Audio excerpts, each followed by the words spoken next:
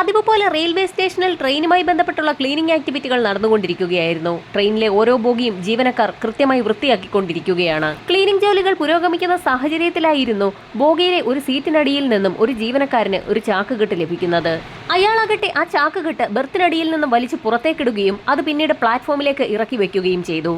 ചാക്കുകെട്ടിന്റെ മുകൾ ഭാഗം കെട്ടിവെച്ച നിലയിലായിരുന്നു. ചാക്കുകെട്ടിനുള്ളിൽ എന്താണെന്നറിയുവാനുള്ള ആകാംക്ഷ കാരണം മറ്റുള്ള ജീവനക്കാരും ചാക്കുകെട്ട് തുറക്കാൻ ഒപ്പം കൂടി. ചാക്കിന്റെ മൂടിയഴിച്ച് അകത്തേക്ക് നോക്കിയ ജീവനക്കാർ കണ്ടതാകട്ടെ നടുക്കുന്ന ഒരു കാഴ്ചയായിരുന്നു. ചാക്കുകെട്ടിനുള്ളിൽ ഒരു സ്ത്രീയുടെ നഗ്നമായ ശരീരത്തിന്റെ ഒരു ഭാഗമാണുള്ളത്. കൈകാലുകളും തലയുമില്ലാത്ത രീതിയിൽ കഴുത്തിന് താഴ്വശം മുതൽ ഇടുപ്പ് വരെയുള്ള ഭാഗമായിരുന്നു ചാക്കുകെട്ടിനുള്ളിലുള്ളത്.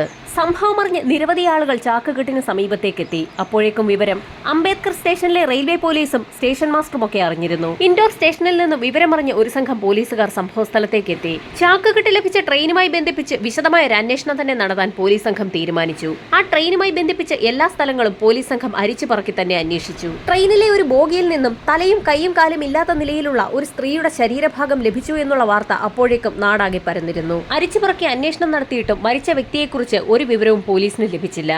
അന്വേഷണം പുരോഗമിക്കുന്ന സാഹചര്യത്തിലായിരുന്നു തൊട്ടടുത്ത ദിവസം ഉത്തരാഖണ്ഡിലെ ഋഷികേശ് സ്റ്റേഷനിൽ ട്രെയിൻ വൃത്തിയാക്കുന്നതിനിടയിൽ ജീവനക്കാർക്ക് മറ്റൊരു ചാക്കുകെട്ട് കൂടി ലഭിച്ചത്. ചാക്കുകെട്ട് അഴിച്ചു നോക്കിയ ജീവനക്കാരനാകട്ടെ ഭയന്ന് വിറച്ച് അലറി വിളിച്ചു തുടങ്ങി. ചാക്കിനുള്ളിൽ 2 കൈകളും 2 കാലുകളുമാണുള്ളത്. സംഭവമറിഞ്ഞ് അവിടേക്കെത്തിയ പോലീസ് സംഘം വിശദമായ അന്വേഷണം ആരംഭിച്ചു. ഫോറൻസിക് സംഘത്തിന്റെ പരിശോധനയിൽ ചാക്കുകെട്ടിൽ നിന്ന് ലഭിച്ച 2 കൈകളിൽ ഇടതു കൈയുടെ ഭാഗത്ത് മീര ആൻഡ് ഗോപാൽ എന്ന് പച്ച കുത്തിയിരിക്കുന്നത് കണ്ടെത്തി. മൃതദേഹ ഭാഗങ്ങൾ ഒരു സ്ത്രീയുടേതാണോ പുരുഷന്റേതാണോ എന്ന് തിരിച്ചറിയാൻ കഴിയാത്ത അവസ്ഥയിലായിരുന്നു. എങ്കിലും DNA പരിശോധനയ്ക്ക് വിധേയമാക്കാൻ തന്നെ അന്വേഷണ സംഘം തീരുമാനിച്ചു. പോലീസ് ഇൻസ്പെക്ടർ ആനന്ദഗിരിയുടെ നേതൃത്വത്തിലുള്ള അന്വേഷണം പുരോഗമിക്കുന്ന സാഹചര്യത്തിലായിരുന്നു കൂട്ടത്തിലുണ്ടായിരുന്ന ഒരു പോലീസുകാരൻ അദ്ദേഹത്തോട് വളരെ പ്രധാനപ്പെട്ട ഒരു കാര്യം പറയുന്നത്. കഴിഞ്ഞ ഏതാനും ദിവസങ്ങൾക്ക് മുൻപ് ഇൻഡോറിന് സമീപമുള്ള അംബേദ്കർ റെയിൽവേ സ്റ്റേഷനിൽ ഇതേപോലെ ഒരു പാഴ്സൽ ലഭിച്ചതും ഒരു സ്ത്രീയുടെ കഴുത്തിന് താഴ്വശം മാത്രമുള്ള ഭാഗങ്ങളാണ് അവിടെ കിട്ടിയതെന്നും ആ ഉദ്യോഗസ്ഥൻ ഇൻസ്പെക്ടറോട് പറഞ്ഞു. അങ്ങനെയെങ്കിൽ ഇപ്പോൾ ലഭിച്ചിരിക്കുന്ന മൃതദേഹ ഭാഗങ്ങൾ അംബേദ്കർ സ്റ്റേഷനിൽ ലഭിച്ചിട്ടുള്ള മൃതദേഹവുമായി ബന്ധമുണ്ടോ എന്നൊന്ന് അന്വേഷിക്കാൻ തന്നെ ഇൻസ്പെക്ടർ തീരുമാനിച്ചു.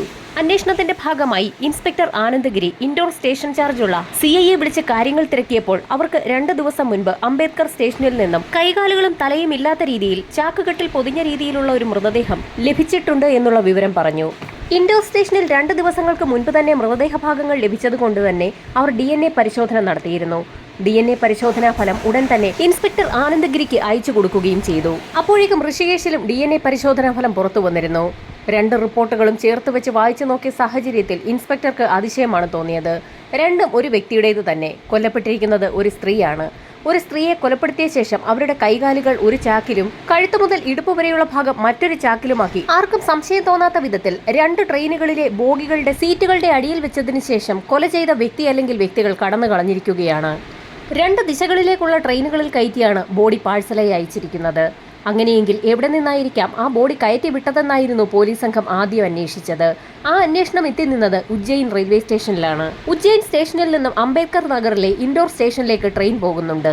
അതേ സ്റ്റേഷനിൽ നിന്ന് തന്നെ ഉത്തരാഖണ്ഡിലെ ഋഷികേശിലേക്കും ട്രെയിൻ പോകുന്നുണ്ട്. 2 ട്രെയിനുകളും ഉജ്ജയിൻ സ്റ്റേഷനിൽ ഏകദേശം ഒരേ സമയം എത്താറുമുണ്ട്. അങ്ങനെയെങ്കിൽ ഉജ്ജയിൻ സ്റ്റേഷനിൽ നിന്ന് തന്നെയായിരിക്കും ഏതോ വ്യക്തി അല്ലെങ്കിൽ വ്യക്തികൾ ആ സ്ത്രീയുടെ മൃതദേഹങ്ങൾ ചാക്കുകെട്ടിലാക്കി 2 ട്രെയിനുകളിലാക്കി അയച്ചിരിക്കുന്നതെന്ന് പോലീസിന് വ്യക്തമായി. അക്കാര്യം ഉറപ്പായ സാഹചര്യത്തിൽ ഇൻഡോറിൽ നിന്നും ഒരു സംഘം പോലീസുകാർ ഉജ്ജയിൻ റെയിൽവേ സ്റ്റേഷനിലെത്തി. കൊല്ലപ്പെട്ടിരിക്കുന്ന സ്ത്രീ ആരാണെന്ന് തിരിച്ചറിയുന്നതിനായി പോലീസിന്റെ കൈവശമുള്ള ഒരേ ഒരു അടയാളം ലഭിച്ചിരിക്കുന്ന മൃതദേഹ ഭാഗങ്ങളുടെ ഇടത് കൈത്തണ്ടയിലുള്ള മീര ആൻഡ് ഗോപാൽ ഭായ് എന്നുള്ള പച്ചകുത്ത് മാത്രമാണ്. സാധാരണയായി സഹോദരന്മാരുടെ പേരുകൾ ആരെങ്കിലും കയ്യിൽ പച്ചകുത്തുമോ എന്നുള്ള ഒരു സംശയം പോലീസിന് തോന്നി.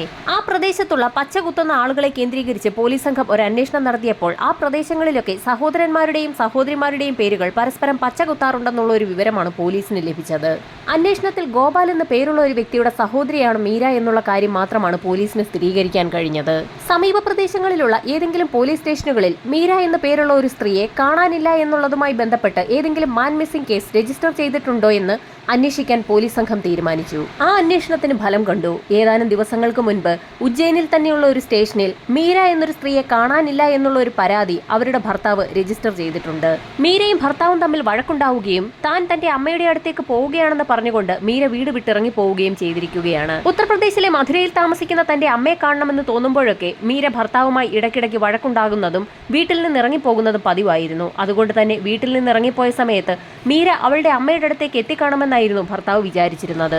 എത്ര പിണങ്ങിപ്പോയാലും തൊട്ടടുത്ത ദിവസം മീര തന്റെ വീട്ടിലെത്തി ഭർത്താവിനെ വിളിക്കുന്നത് പതിവാണ്. എന്നാൽ സമയം വൈകിയിട്ടും മീരയുടെ കോൾ കാണാത്തതിനെ തുടർന്ന് അവളുടെ വീട്ടിൽ വിളിച്ച് അന്വേഷിച്ച സാഹചര്യത്തിൽ മീര വീട്ടിലെത്തിയിട്ടില്ല എന്ന് അമ്മ മറുപടിയും പറഞ്ഞു. ബന്ധുക്കളെയും അടുത്ത സുഹൃത്തുക്കളെയും ഒക്കെ വിളിച്ചന്വേഷിച്ചെങ്കിലും അവരുടെയൊന്നും വീടുകളിലേക്ക് മീര എത്തിയിട്ടില്ല എന്നറിഞ്ഞതോടുകൂടിയാണ് മീരയെ കാണാനില്ല എന്നുള്ള പരാതിയുമായി അവളുടെ ഭർത്താവ് സ്റ്റേഷനിലെത്തിയത്.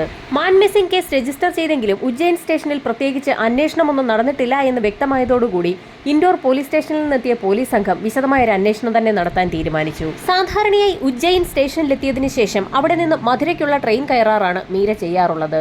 എന്നാൽ മീരയ്ക്ക് എന്ത് സംഭവിച്ചു എന്നറിയുന്നതിന് വേണ്ടി പോലീസ് സംഘം ഉജ്ജയിൻ സ്റ്റേഷനിലെ മുഴുവൻ CCTV ഫൂട്ടേജുകളും കളക്ട് ചെയ്യാനും അവയൊക്കെ വിശദമായി തന്നെ പരിശോധിക്കാനും തീരുമാനിച്ചു. CCTV ദൃശ്യങ്ങൾ വിശദമായി പരിശോധിച്ച കൂട്ടത്തിൽ മീരയുടെ ദൃശ്യങ്ങളും പോലീസിന് കിട്ടി. ഭർത്താവുമായി വീട്ടിൽ നിന്നും പിണങ്ങിയിറങ്ങിയ മീര മധുരയ്ക്കുള്ള ട്രെയിൻ വരുന്നതിന് അരമണിക്കൂർ മുൻപ് തന്നെ ഉജ്ജയിൻ സ്റ്റേഷനിൽ എത്തിയിട്ടുണ്ട്.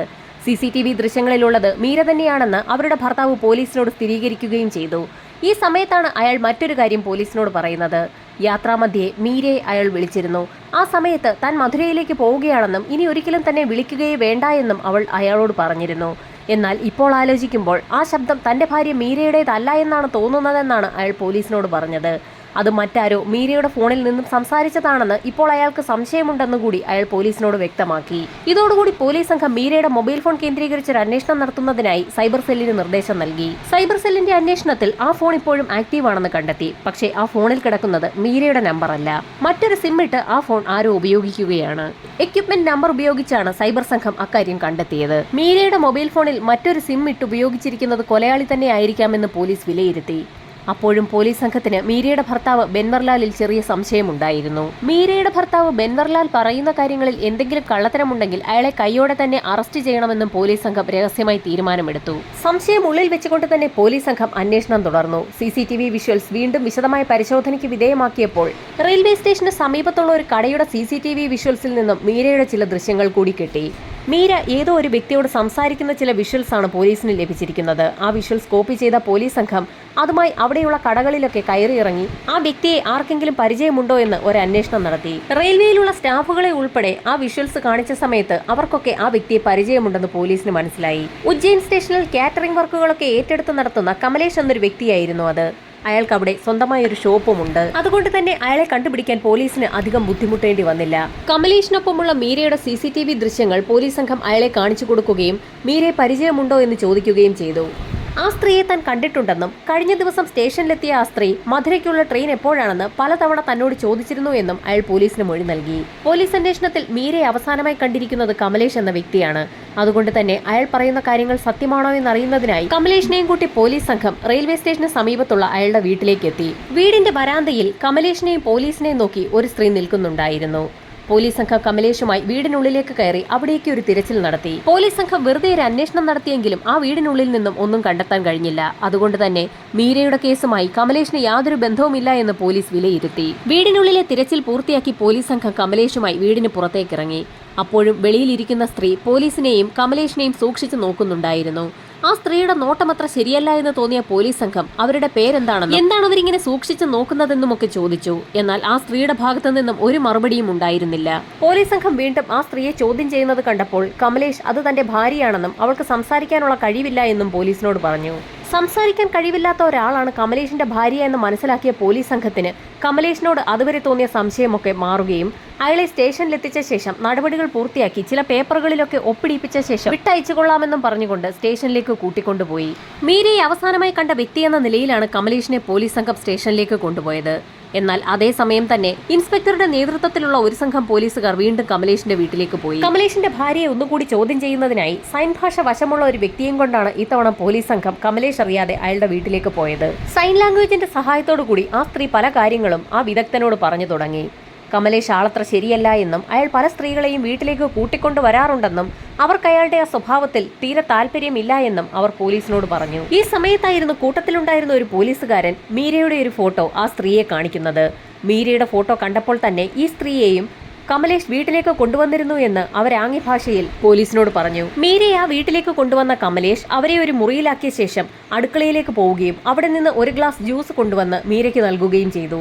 മീര വളരെ സന്തോഷത്തോടു കൂടി ആ ജ്യൂസ് വാങ്ങി കുടിക്കുകയും ചെയ്തു. ഇതൊക്കെ ആ സ്ത്രീ പുറത്തു നിന്നും ജനാല വഴി കാണുന്നുമുണ്ടായിരുന്നു. ജ്യൂസ് കുടിച്ച് ഏതാനും നിമിഷങ്ങൾക്കകം തന്നെ മീര പാതി മയങ്ങിയ അവസ്ഥയിലായി. ഈ സമയത്ത് വാതിൽ അകത്തുനിന്ന് കുറ്റിയിട്ട കമലേഷ് മീര പൂർണ്ണമായും മയങ്ങിക്കാണുമെന്ന് കരുതി മീരയുടെ ഡ്രസ് വലിച്ചഴിക്കാൻ ഒരു ശ്രമം നടത്തി. എന്നാൽ പാതി മയക്കത്തിലായിരുന്ന മീര അതിശക്തമായി തന്നെ എതിർക്കുകയും കമലേഷിന്റെ കൈക്ക് കയറി പിടിക്കുകയും ചെയ്തു. മീരയിൽ നിന്നും അങ്ങനെയൊരു പ്രതികരണം കമലേഷ് ഒട്ടും പ്രതീക്ഷിച്ചിരുന്നില്ല. മീരയുടെ പെട്ടെന്നുള്ള റിയാക്ഷനിൽ എന്ത് ചെയ്യണമെന്നറിയാതെ കമലേഷ് രണ്ട് കൈയും ഉപയോഗിച്ച് അവളുടെ കഴുത്തിലേക്ക് അമർത്തിപ്പിടിച്ചു. ഈ സമയത്ത് ഈ കാഴ്ചയെല്ലാം കണ്ടുകൊണ്ട് കമലേഷിന്റെ സംസാരിക്കാൻ കഴിവില്ലാത്ത ഭാര്യ പുറത്തു നിൽക്കുന്നുണ്ടായിരുന്നു.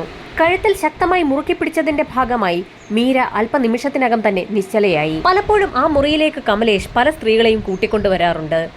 ആ മുറിയുടെ ജനാല ഒരല്പഭാഗം തുറന്നു കിടക്കുകയാണ്. ജനാലയുടെ തുറന്നു കിടക്കുന്ന ആ വിടവിലൂടെയാണ് അയാളുടെ സംസാരിക്കാൻ കഴിവില്ലാത്ത ഭാര്യ ആ കാഴ്ചകളൊക്കെ കാണുന്നത്. ജനാല പൂർണ്ണമായും തുറന്നു കിടക്കാത്ത സാഹചര്യമായതുകൊണ്ട് തന്നെ പുറത്തു നിൽക്കുന്ന ഭാര്യ തന്നെ നിരീക്ഷിക്കുന്നുണ്ടെന്നുള്ള കാര്യം കമലേഷ് അറിഞ്ഞതുമില്ല. മീര മരിച്ചു എന്നുറപ്പായ ശേഷം കമലേഷ് അതിവേഗം തന്നെ അടുക്കളയിലേക്ക് പോവുകയും അവിടെ നിന്ന് 2-3 ചാക്കുകളും ഒരു കത്തിയും സംഘടിപ്പിച്ചുകൊണ്ട് ആ മുറിയിലേക്ക് തന്നെ കടന്നു വരികയും ചെയ്തു. തറയിൽ ഒരു പാ വിരിച്ച ശേഷം മീരയെ വിവസ്ത്രയാക്കി ആ പായിൽ കിടത്തുകയും മീരയുടെ ശരീരം 3 ഭാഗങ്ങളാക്കി മുറിക്കുകയും ചെയ്തു. തല ഒരു ചാക്കിലേക്ക് മാറ്റി, കൈകാലുകൾ മറ്റൊരു ചാക്കിലും ശരീരം വേറെ ഒരു ചാക്കിലുമാക്കി കെട്ടി. രക്തക്കറ പുരണ്ട പായും കത്തിയുമായി മുറിപൊട്ടി പുറത്തേക്കിറങ്ങിയ കമലേഷ് വൈകുന്നേരമാണ് പിന്നീട് മടങ്ങിയെത്തിയത്. രാത്രിയായ സമയത്ത് ആ 3 ചാക്കുകെട്ടുകളും കമലേഷ് തലച്ചുമടായി അവിടെ നിന്നും കൊണ്ടുപോയി. അയാൾ റെയിൽവേ സ്റ്റേഷനിലേക്കാണ് പോയതെന്നും ആ സ്ത്രീ പോലീസിന് മൊഴി നൽകി. കമലേഷിന്റെ ഭാര്യയുടെ മൊഴി വിശദമായി തന്നെ രേഖപ്പെടുത്തിയ പോലീസ് സംഘം തിരികെ സ്റ്റേഷനിലേക്ക് എത്തി. അപ്പോഴും മറ്റൊരു സംഘം പോലീസുകാർ കമലേഷിനെ സ്റ്റേഷനിൽ ചോദ്യം ചെയ്യുകയായിരുന്നു. തനിക്കൊന്നും അറിയില്ല എന്ന് കമലേഷ് പറഞ്ഞ സാഹചര്യത്തിലായിരുന്നു വിശദമായ തെളിവുകളടക്കം പോലീസ് സംഘം പല കാര്യങ്ങളും കമലേഷിനോട് പറഞ്ഞത്. മീരയെ വീട്ടിലേക്ക് കൊണ്ടുപോയതിനും അവിടെ വെച്ച് മയക്കുമരുന്ന് കലർത്തിയ ജ്യൂസ് അവർക്ക് നൽകിയതിനും തെളിവുകളുണ്ടെന്നും മയക്കുമരുന്ന് കലക്കി നൽകിയ ഗ്ലാസ് പോലീസ് കസ്റ്റഡിയിലുണ്ടെന്നും ലാബുകാരുടെ വിശദമായ പരിശോധനയിൽ അതിൽ നിന്ന് മയക്കുമരുന്നിന്റെ സാന്നിധ്യം കണ്ടെത്തിയിട്ടുണ്ടെന്നും അത് സ്ഥിരീകരിച്ചെന്നും പോലീസ് സംഘം കമലേഷിനോട് പറഞ്ഞു. കമലേഷിനെ തീർത്തും അമ്പരപ്പിച്ചുകൊണ്ടാണ് അത്തരത്തിലൊരു സ്റ്റേറ്റ്മെന്റ് പോലീസ് സംഘം അയാളോട് പറഞ്ഞത്. അത് മാത്രവുമല്ല, മീരയുമായി കമലേഷ് അയാളുടെ വീട്ടിലേക്ക് പോകുന്ന നിരവധി CCTV ദൃശ്യങ്ങളും അതോടൊപ്പം തന്നെ മീരയുടെ മൃതദേഹം വെട്ടിനുറുക്കി ചാക്കുകെട്ടുകളിലാക്കി അയാൾ റെയിൽവേ സ്റ്റേഷനിലേക്ക് എത്തുന്നതും അത് ട്രെയിനുകളിലേക്ക് കടത്തിവിടുന്നതുമൊക്കെ CCTV ദൃശ്യങ്ങളിൽ നിന്ന് പോലീസിന് വ്യക്തമായി തന്നെ കിട്ടിയിട്ടുണ്ട്. അക്കാര്യങ്ങൾ കൂടി പോലീസ് സംഘം കമലേഷിനോട് പറഞ്ഞപ്പോൾ അയാൾ തീർത്തും വിളറി വെളുത്തു. കമലേഷ് ട്രെയിനുകളിൽ കടത്തിവിട്ട ചാക്കുകെട്ടുകളിൽ ഒരെണ്ണം ഋഷികേശിൽ നിന്നും ഒരെണ്ണം അംബേദ്കർ റെയിൽവേ സ്റ്റേഷനിൽ നിന്നും പിടിച്ചെടുത്തിട്ടുമുണ്ടെന്നും പോലീസ് വ്യക്തമാക്കി. താൻ പിടിക്കപ്പെട്ടു എന്ന് മനസ്സിലാക്കിയ കമലേഷ് പല കാര്യങ്ങളും പോലീസിനോട് തുറന്നു പറഞ്ഞു. പലപ്പോഴും പല സ്ത്രീകളെയും അവരുടെ സമ്മതത്തോടു കൂടി തന്നെയാണ് കമലേഷ് അയാളുടെ വീട്ടിലേക്ക് കൊണ്ടുപോകാറുള്ളത്.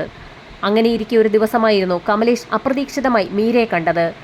ട്രെയിൻ എപ്പോഴാണ് വരുന്നതെന്ന് മീര പലതവണ അയാളോട് ചോദിക്കുകയും ചെയ്തു. എന്നാൽ മീരയെ കണ്ടിഷ്ടപ്പെട്ട കമലേഷ് മനഃപൂർവ്വം ട്രെയിൻ നാളെ മാത്രമേ ഉള്ളൂ എന്ന് അവളോടൊരു കള്ളം പറഞ്ഞു. നേരം സന്ധ്യയായതുകൊണ്ട് തന്നെ റെയിൽവേ സ്റ്റേഷനിൽ അങ്ങനെ ഇരിക്കുന്നത് അത്ര പന്തിയല്ല എന്നും സ്റ്റേഷന് തൊട്ടടുത്ത് തന്നെയാണ് തന്റെ വീടെന്നും തന്റെ വീട്ടിൽ ഭാര്യയുണ്ടെന്നും ഒരു ദിവസം അവിടെ കഴിയാമെന്നുമൊക്കെ പറഞ്ഞ് വിശ്വസിപ്പിച്ചായിരുന്നു മീരയെ കമലേഷ് അയാളുടെ വീട്ടിലേക്ക് കൊണ്ടുപോയത്. അത് രാവിലെ മധുരയ്ക്കുള്ള ട്രെയിൻ ഉള്ളതുകൊണ്ട് തന്നെ തന്റെ വീട്ടിൽ കഴിയുന്നതാകും സുരക്ഷിതമെന്ന് അയാൾ മീരയോട് പറഞ്ഞു. മീരയെ വീട്ടിലെത്തിച്ചു കഴിഞ്ഞാൽ പിന്നീട് എന്ത് വേണമെന്നുള്ള കാര്യം വ്യക്തമായി തന്നെ കമലേഷിനറിയാം. അയാൾ നേരത്തെ തന്നെ മയക്കുമരുന്നുകൾ വാങ്ങി സ്റ്റോക്ക് ചെയ്തു വെച്ചിട്ടുള്ള വ്യക്തിയാണ്. അയാൾ സാധാരണയായി തന്റെ സ്വന്തം ഭാര്യയ്ക്കാണ് മയക്കുമരുന്നുകൾ കൊടുക്കാറുള്ളത്. പലപ്പോഴും സ്ത്രീകളെ വീട്ടിലേക്ക് കൊണ്ടുവരുന്ന സമയത്ത് ഭാര്യയ്ക്ക് മയക്കുമരുന്ന് കൊടുത്ത് അവരെ ഉറക്കിക്കിടത്താറാണ് കമലേഷ് ചെയ്യാറുള്ളത്. ഇത്തവണ ഭാര്യയ്ക്ക് മയക്കുമരുന്ന് കൊടുക്കാൻ കമലേഷ് മറന്നുപോയി. മീരയ്ക്ക് മയക്കുമരുന്ന് കൊടുത്ത സമയത്ത് അവൾ പൂർണ്ണമായും ഉറങ്ങിയില്ല എന്ന് അയാൾക്കറിയില്ലായിരുന്നു. മയങ്ങാത്ത സാഹചര്യമുള്ളതുകൊണ്ടാണ് മീര അപ്രതീക്ഷിതമായി കമലേഷിന്റെ കയ്യിൽ കയറി പിടിച്ചതും മീര അക്കാര്യം മനസ്സിലാക്കിയെന്ന് ഉറപ്പായ സമയത്ത് കമലേഷിന് അവളെ കൊല്ലേണ്ടി വന്നതും. മൃതദേഹ ഭാഗങ്ങൾ എന്തുകൊണ്ടാണ് വിവിധ ട്രെയിനുകളിലാക്കി കയറ്റിവിട്ടതെന്ന് പോലീസ് കമലേഷിനോട് ചോദിച്ചു. അതിനും വ്യക്തമായ മറുപടി അയാൾക്കുണ്ടായിരുന്നു. യഥാർത്ഥത്തിൽ ആ ചാക്കുകെട്ടുകൾ സ്റ്റേഷനിലെത്തിച്ച് ഒരു ട്രെയിനിൽ കടത്തിവിടാനായിരുന്നു അയാൾ ശ്രമിച്ചിരുന്നത്. എന്നാൽ ആദ്യത്തെ ചാക്കുകെട്ട് അംബേദ്കർ സ്റ്റേഷനിലേക്കുള്ള ട്രെയിനിലേക്ക് കയറ്റിവെച്ചപ്പോൾ തന്നെ ട്രെയിൻ അവിടെ നിന്നും എടുക്കുകയും ചെയ്തു. ആ ട്രെയിനിൽ നിന്നും അതിവേഗത്തിൽ തന്നെ കമലേഷ് പുറത്ത് ചാടിയിറങ്ങി. ആ സമയത്ത് അവിടെ പിന്നീടുണ്ടായിരുന്നത് ഋഷികേശിലേക്കുള്ള ട്രെയിനായിരുന്നു. രണ്ടാമത്തെ ചാക്കുകെട്ട് ഋഷികേശിലേക്കുള്ള ട്രെയിനിന്റെ ബോഗിയിലെ ഒരു സീറ്റിനടിയിലേക്ക് അയാൾ ഒളിപ്പിച്ചു വെച്ചു. മൃതദേഹത്തിന്റെ വിവിധ ഭാഗങ്ങൾ പല ട്രെയിനുകളിലാക്കി വിടുന്നതാണോ നല്ലതെന്ന് അയാൾക്ക് അപ്പോൾ തോന്നുകയും ചെയ്തു. ശരീരഭാഗങ്ങൾ വിവിധ സ്ഥലങ്ങളിലെത്തുമ്പോൾ അന്വേഷണം ഒരു കാരണവശാലും തന്നിലേക്ക് എത്തില്ല എന്നായിരുന്നു കമലേഷ് കരുതിയത്. എല്ലാ കുറ്റങ്ങളും പോലീസിനോട് ഏറ്റുപറഞ്ഞ കമലേഷിന്റെ അറസ്റ്റ് പോലീസ് സംഘം രേഖപ്പെടുത്തി. കേസന്വേഷണം പൂർത്തിയാക്കി കുറ്റപത്രം കോടതിയിൽ സമർപ്പിച്ചു. കേസിന്റെ വിചാരണ ഇപ്പോൾ ആരംഭിച്ചിരിക്കുകയാണ്. അതിവേഗതയിൽ തന്നെ അന്വേഷണം പൂർത്തിയാക്കി പ്രതിയെ കസ്റ്റഡിയിലെടുത്ത പോലീസ് സംഘത്തിന് കോടതിയുടെ പ്രത്യേക പ്രശംസയും ലഭിച്ചു. കേസിന്റെ വിചാരണ ഇപ്പോൾ ആരംഭിച്ചിരിക്കുകയാണ്. കമലേഷിന് കോടതി വിധിക്കുന്ന ശിക്ഷ എന്താണെന്നുള്ളത് വരും ദിവസങ്ങളിൽ തന്നെ അറിയാൻ കഴിയും.